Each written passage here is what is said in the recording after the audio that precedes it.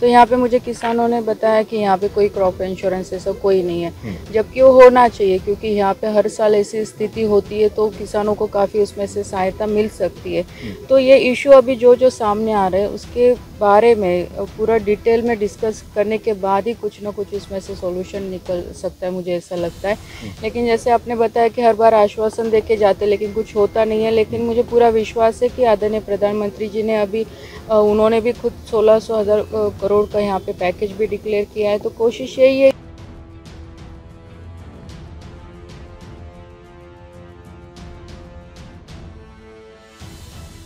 ਸਨੌਰ ਹਲਕੇ ਦੇ ਹੜ੍ਹ ਪੀੜਤ ਪਿੰਡਾਂ ਦੇ ਵਿੱਚ ਅੱਜ ਕੇਂਦਰੀ ਰਾਜ ਮੰਤਰੀ ਸ਼੍ਰੀਮਤੀ ਰਕਸ਼ਾ ਨਿਖਿਲ ਖੜਸੇ ਅਤੇ ਪਟਿਆਲਾ ਤੋਂ ਸਾਬਕਾ ਸੰਸਦ ਮੈਂਬਰ ਮਹਾਰਾਣੀ ਪ੍ਰਨੀਤ ਕੌਰ ਪਹੁੰਚੇ। ਦੋਨਾਂ ਨੇ ਕਿਸਾਨਾਂ ਦੇ ਨਾਲ ਮੀਟਿੰਗ ਕਰਕੇ ਉਹਨਾਂ ਦੀਆਂ ਸਮੱਸਿਆਵਾਂ ਸੁਣੀਆਂ ਤੇ ਹੜ੍ਹਾਂ ਦੇ ਵਿੱਚ ਹੋਏ ਨੁਕਸਾਨ ਦਾ ਜਾਇਜ਼ਾ ਲਿਆ ਤੇ ਨਾਲ ਹੀ ਕੇਂਦਰ ਅਤੇ ਰਾਜ ਪੱਧਰ ਦੇ ਉੱਤੇ ਰਾਹਤ ਮੁਹੱਈਆ ਕਰਾਉਣ ਦਾ ਭਰੋਸਾ ਦਿੱਤਾ ਹੈ। रक्षा खड़से ने कहा है कि फसलों की इंश्योरेंस नीति दे विच कई सारिया खामियां ने, इस करके हड़ प्रभावित किसानों नूं वार-वार मुश्किलों का सामना करना पै रहा है। जी जी रेडी रेडी मैम अज जिहड़े पिंडां दौरा कर रहे हो हड़ प्रभावित एरिया दा, किस तरह दी मुश्किलां तुसीं देख रहे हो ग्राउंड ते आके जिहड़े आदरणीय प्रधानमंत्री जी के आदेश के अनुसार आज मैं मतलब कल मैं यहाँ पे आई, क्योंकि सभी राज्य मंत्री को आदेश दिया गया है आदरणीय प्रधानमंत्री जी की तरफ से और पार्टी के हमारे अध्यक्ष की तरफ से कि पंजाब की जो भी परिस्थिति जो भी स्थिति हुई है उस वहाँ पे फील्ड पे जाके आप विज़िट करिए। वहाँ पे सभी किसानों से या जो लोग हैं वहाँ के गाँव के लोग हैं उनके साथ बातचीत करके क्या इशू वहाँ पे है, क्या मसला है, वो पूरा समझ के हम यहाँ पे डिस्ट्रिक्ट एडमिनिस्ट्रेशन के साथ भी कोऑर्डिनेट कर रहे हैं। और कल से मैंने लगभग 4-5 विलेज विज़िट किए, आज भी यहाँ पे विज़िट कर रहे हो। आदरणीय महारानी साहब भी मेरे साथ हैं, हमारे सभी पदाधिकारी हैं यहाँ, हमारे किसान संगठन के किसान भी हमारे भाई यहाँ भी हमारे साथ हैं। तो हम सबसे बातचीत कर रहे हैं और एक बार बातचीत होने के बाद जो भी समस्या यहाँ पे हमारे सामने रखी है सभी किसान भाइयों ने,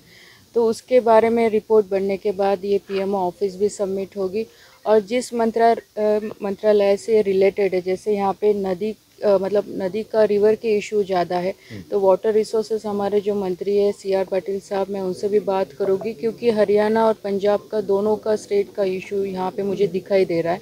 तो और जब बड़े रिवर की बातचीत आती है तो मुझे लगता है कि सेंट्रल गवर्नमेंट के साथ बैठ के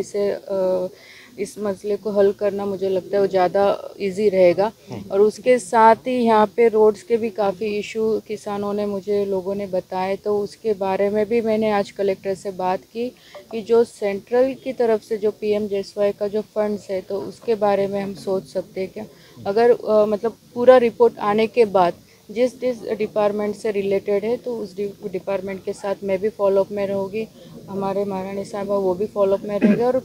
प्रयास यही रहेगा कि जल्द से जल्द किसानों का मसला ये सॉर्ट आउट रहे, क्योंकि एटलीस्ट अगली बार ये परिस्थिति वापस से ना बने। मैम आए वर्ष मल्टीप्लिकेशन भी आते हैं, सभी आते हैं, आश्वासन जरूर देते हैं, बट इनका हल नहीं हो रहा है पक्के तौर पे। और दूसरी बात है कि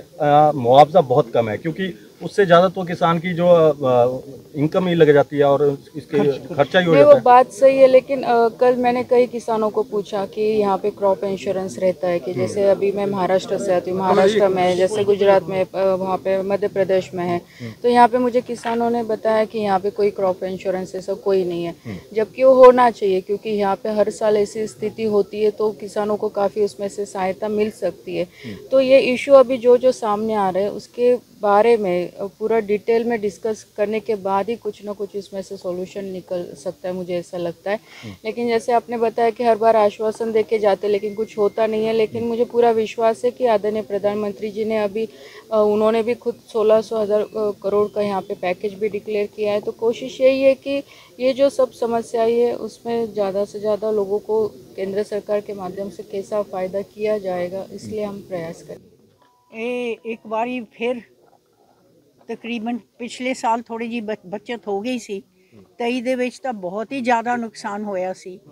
ਤਾਂ ਐਤਕੀ ਪਹਿਲੇ ਤਾਂ ਸਾਡੇ ਪਟਿਆਲੇ ਡਿਸਟ੍ਰਿਕਟ 'ਚ ਹੀ ਜ਼ਿਆਦਾ ਨੁਕਸਾਨ ਹੁੰਦਾ ਸੀ, ਐਤਕੀ ਪੂਰੇ ਪੰਜਾਬ ਦੇ ਵਿੱਚ ਹੋਇਆ। ਤਾਂ ਇਹ ਸਥਿਤੀ ਦੇਖ ਕੇ ਪ੍ਰਧਾਨ ਮੰਤਰੀ ਜੀ ਹਿਮਾਚਲ ਔਰ ਪੰਜਾਬ ਦਾ ਦੌਰਾ ਕੀਤਾ। ਉਹਨਾਂ ਨੇ ਗੁਰਦਾਸਪੁਰ ਏਰੀਆ ਦੇ ਵਿੱਚ, ਪਠਾਨਕੋਟ ਏਰੀਆ ਦੇ ਵਿੱਚ ਦੇਖਿਆ ਸਾਰਾ, ਔਰ ਉਸ ਤੋਂ ਹੀ ਅੰਦਾਜ਼ਾ ਲਗਾ ਕੇ ਔਰ ਜੋ ਹੋਰ ਸਥਿਤੀ ਉਹਨਾਂ ਨੂੰ ਪਤਾ ਚੱਲੀ, ਉਹਨਾਂ ਨੇ ਜਿਹੜੇ ਸਾਰੇ MOS ਨੇ, ਮਿਨਿਸਟਰ ਆਫ ਸਟੇਟ, ਇਹਨਾਂ ਦੀ ਡਿਊਟੀ ਲਾਈ ਹੈ ਕਿ ਇਹ ਇੱਕ ਜਗ੍ਹਾ ਜਾ ਕੇ ਆਪਣੀ ਅੱਖੀ ਦੇਖੀ ਹਾਲ ਦਾ ਰਿਪੋਰਟ ਦੇਣ। ਅਸੀਂ ਧੰਨਵਾਦ ਕਰਦੇ ਹਾਂ ਪ੍ਰਧਾਨ ਮੰਤਰੀ ਜੀ ਦਾ ਔਰ ਰਕਸ਼ਾ ਜੀ ਦਾ, ਜੋ ਸਾਡੇ ਯੁਵਾ ਸਪੋਰਟਸ ਦੇ ਮਿਨਿਸਟਰ ਨੇ, ਇਹ ਆਏ ਨੇ। ਇਹਨਾਂ ਨੇ ਬਹੁਤ ਅੱਛੀ ਤਰ੍ਹਾਂ ਸਮਝਿਆ, ਕਿਉਂਕਿ ਇਹਨਾਂ ਦਾ ਵੀ ਜਿਹੜਾ ਖੇਤਰ ਹੈ ਪੂਰਾ ਗਾਂਵਾਂ ਦਾ ਖੇਤਰ ਹੈ, ਪਿੰਡੂ ਖੇਤਰ ਹੈ, ਤੇ ਇਹ ਸਾਰਾ ਰਿਪੋਰਟ ਭੇਜਣਗੇ। ਮੈਂ ਵੀ ਇੱਕ ਰਿਪੋਰਟ ਬਣਾ ਕੇ ਭੇਜੂੰਗੀ। ਵੈਸੇ ਮੈਂ ਪਹਿਲੇ ਹੀ 5-6 ਦਿਨ ਪਹਿਲੇ ਹੀ ਪ੍ਰਧਾਨ ਮੰਤਰੀ ਜੀ ਨੂੰ ਚਿੱਠੀ ਲਿਖਤੀ ਥੀ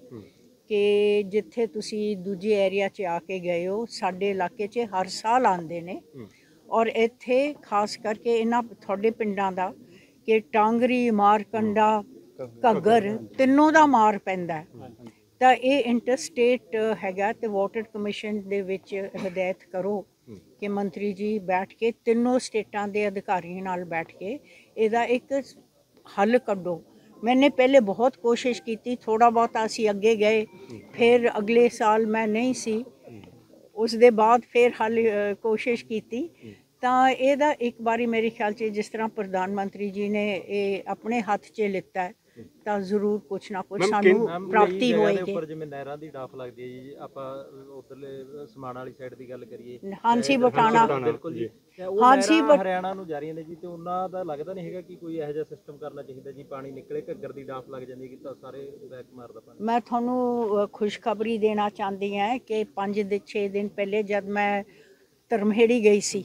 ਅੱਜ ਮਿਨਿਸਟਰ ਸਾਹਿਬ ਵੀ ਜਾਣਗੇ, ਉੱਥੋਂ ਦੀ ਉਹ ਧਰਨੇ 'ਚ ਬੈਠੇ ਸੀ। ਉਹਨਾਂ ਦੀ ਜਿਹੜੀ 10 ਮੈਂਬਰੀ ਕਮੇਟੀ ਬਣੀ ਹੈ, ਉਹਨਾਂ ਨੂੰ ਐਟ ਅ ਟਾਈਮ ਮੈਂ ਨੈਬ ਸਿੰਘ ਸੈਣੀ ਜੀ ਨੂੰ, CM ਨੂੰ ਫੋਨ ਕੀਤਾ, ਕਿਉਂਕਿ ਹਾਂਸੀ ਬਟਾਣਾ ਉੱਥੇ ਉਸ ਕਰਕੇ ਹੀ ਡੁੱਬਦੇ ਨੇ ਉਹ। ਤੇ ਹਾਂਜੀ, ਹੁਣ ਵੀ 15 ਦਿਨਾਂ ਤੋਂ ਹੁਣ ਤੱਕ ਪਾਣੀ ਥੋੜਾ ਹੇਠਾਂ ਚਲਾ ਗਿਆ ਹੈ। ਤਾਂ ਉਹਨਾਂ ਨੇ, ਮੈਂ ਡੈਲੀਗੇਸ਼ਨ ਲੈ ਕੇ ਗਈ ਥੀ, 7 ਵਜੇ ਰਾਤ ਨੂੰ ਅਸੀਂ ਮਿਲੇ ਹਾਂ ਉਹਨਾਂ ਨੂੰ, ਔਰ ਉਹਨਾਂ ਨੇ ਅਗਲੇ ਦਿਨ ਸਾਰੇ ਹਦਾਇਤ ਦੇਤੇ ਥੀ, ਔਰ ਸਾਡੇ ਬੰਦਿਆਂ ਨਾਲ ਸੰਪਰਕ ਹੋ ਗਿਆ ਥੀ, ਸਾਡੇ ਹਲਕਾ ਇੰਚਾਰਜ ਸਾਡੇ ਜਿਹੜੇ ਉੱਥੇ ਬੰਦੇ ਨੇ ਦੂਜੇ, ਕਿ ਤੁਸੀਂ ਕੱਲ ਮੀਟਿੰਗ ਰੱਖ ਲਈ ਸੀ ਉੱਥੇ ਹਾਂਸੀ ਉੱਥੇ ਹੀ ਕੰਡੇ ਤੇ